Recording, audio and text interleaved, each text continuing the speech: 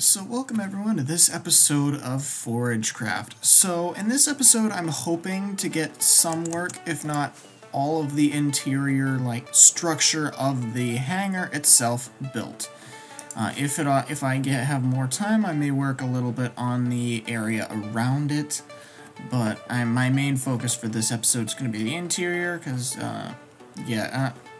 I'm not feeling super motivated for much of this right now, so I want to take it a little slower and figure it out. I want to do a good job, but I don't want to rush doing a good job, if you know what I mean.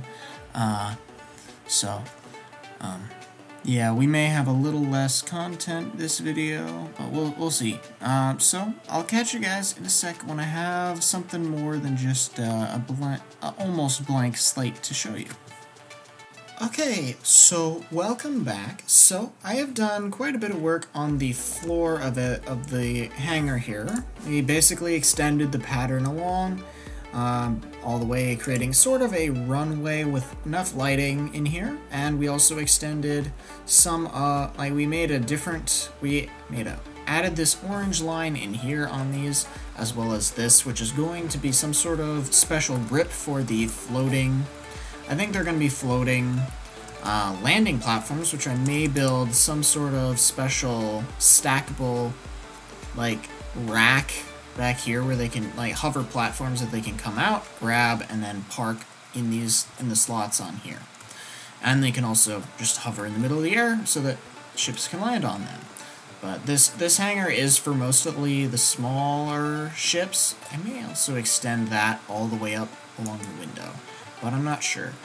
But anyway, so I'm kind of done with this for now.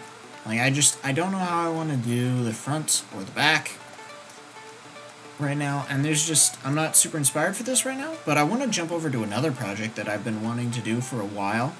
I'm gonna quickly cut over to the main base just so I can give you a general overview of what I want to build in a sec. So catch you guys in a hop, skip, and a flip. Transition. Okay, so we're back at base, and so after the transition, so you may recall a long time ago when I built this. This is called an Armley Sphere. Now, I really like this, but it's not the only one that I plan on building around this gigantic mega continent build. So I'm hoping to build a larger with more rings. I think there are going to be 20 rings-ish on this thing, which is going to be fun. So I want to build this basically right on top of the mountain, next to the the end portal mountain, but I'm not going to do any terraforming of that just yet. I'm going to leave it there, leave all the ground. I'm going to work on this build, putting it on top, right on top of here. Just get it all lined up, all nice and pretty. And then, yeah, we're gonna get it all lined up, build it, because we can make use of the super tall space, and then I'll bring it, and hopefully, because it's so much bigger, it'll look so much more grand. So yeah, I'll catch you guys in a minute when I have that complete. Okay, so we're back.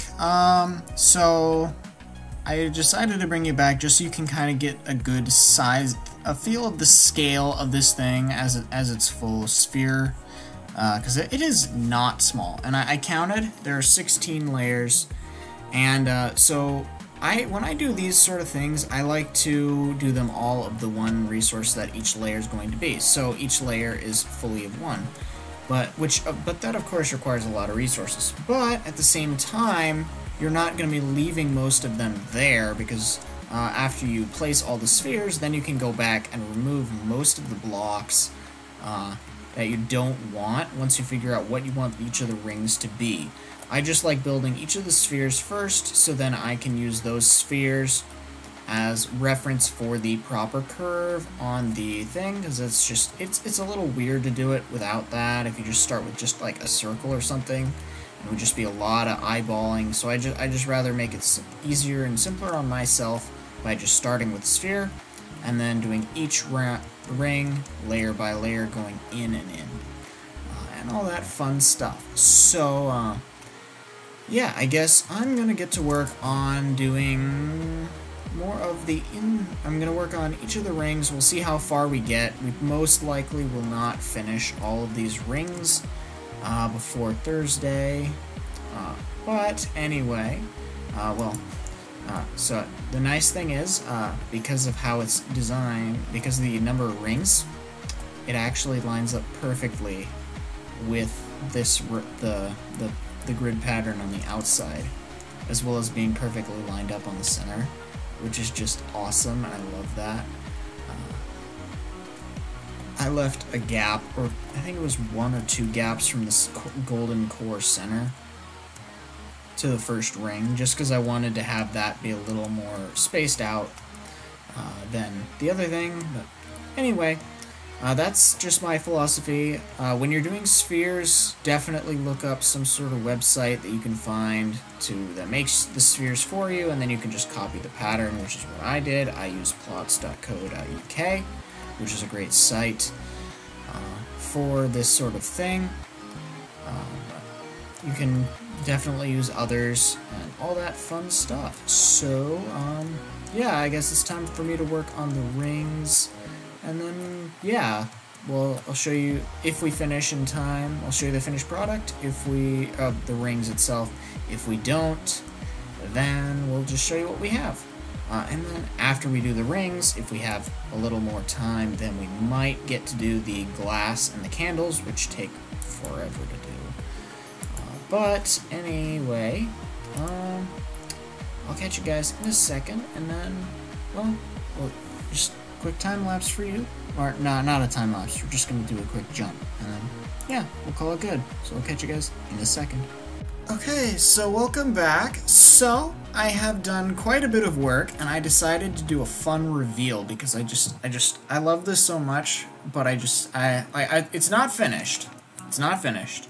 But the rings are finished. So I figured, what better way to do this than to do this? And let's hope my redstone works, and my trident skills are not garbage, because I haven't thrown one in this world yet. Let's see.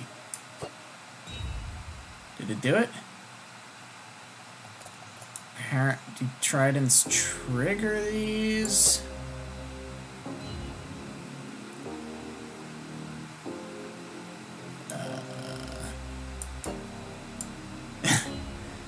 Apparently I'm utter garbage with tridents. Let's see. Come on. No. Okay. We'll be right back after some technical difficulties. And we're back, and apparently I need redstone, which is obnoxious, because you'd think that this would just emit the signal and would activate it, but apparently not. So, let's hope I can hit it. Apparently not. A little higher. Give it a second. Do I need to hit the freaking target face?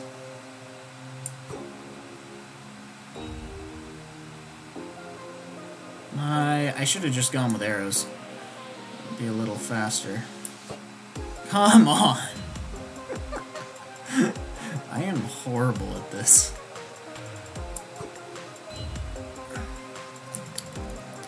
Give me 1 sec. I'm gonna go grab my bow.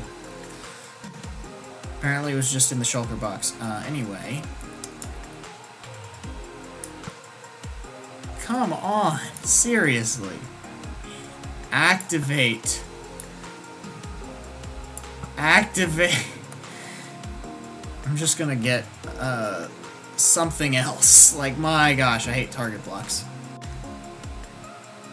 Okay. So after a bit more work, we're going with the more direct approach. We're pushing the button.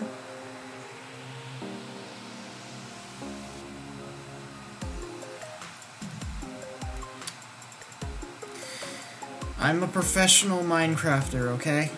I'm professional at this. Okay.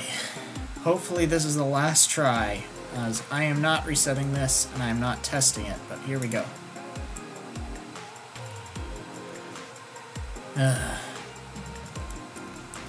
Okay. I'm done trying this. We're just gonna go over here. Watch it fall. It's not ideal, but it's at least doing it. There we go. Now you can see it. My goodness. Anyway, here's what we have here. So we got the rings. So basically, I put in a bunch of string under the red sand and the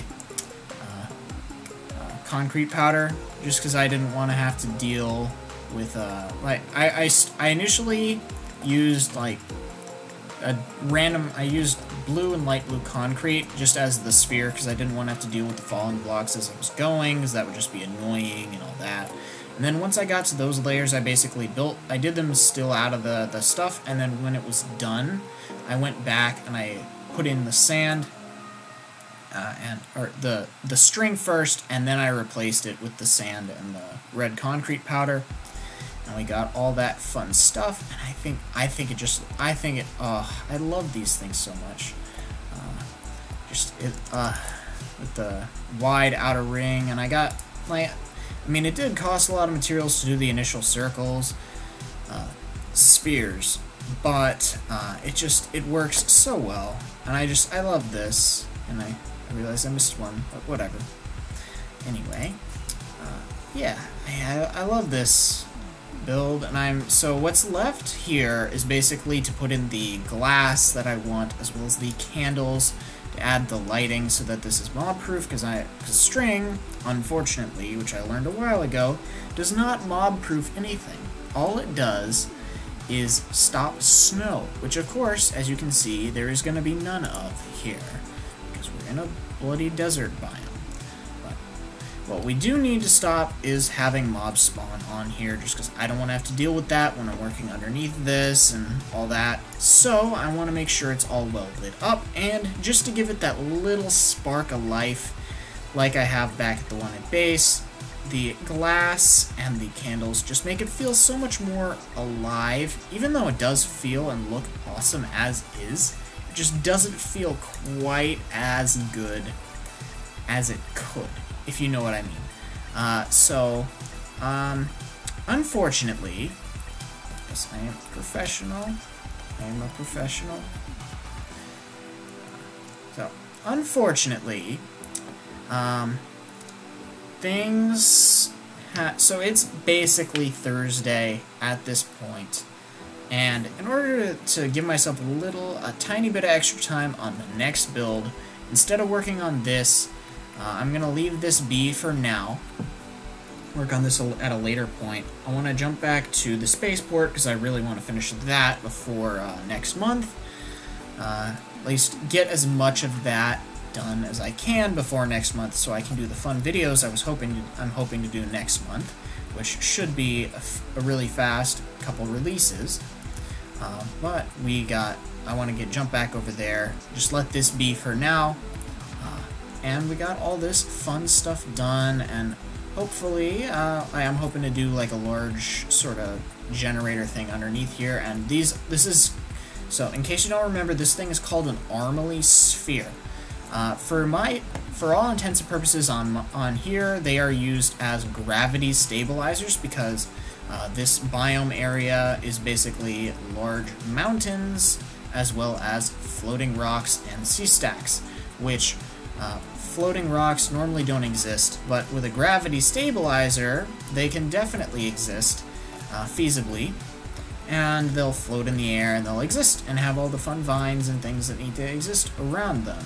Just exist in general.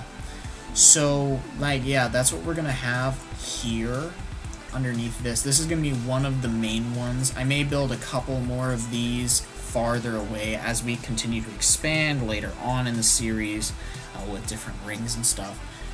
But this one, for now, is the main one that I'm having around the main area, because my base is right over there with its smaller one. We might have some smaller ones as well scattered around, but The obelisks also technically would work as an extender for these. So we have the copper farm and the raid farm, both of which technically count as the extenders. So, yeah. Anyway, I guess we're going to end off this episode here. So, if you guys enjoyed, don't forget to like, comment, subscribe, check out my other videos and series, and I hope to see you guys in the next episode where we get to work on the spaceport some more. So, yeah. Bye.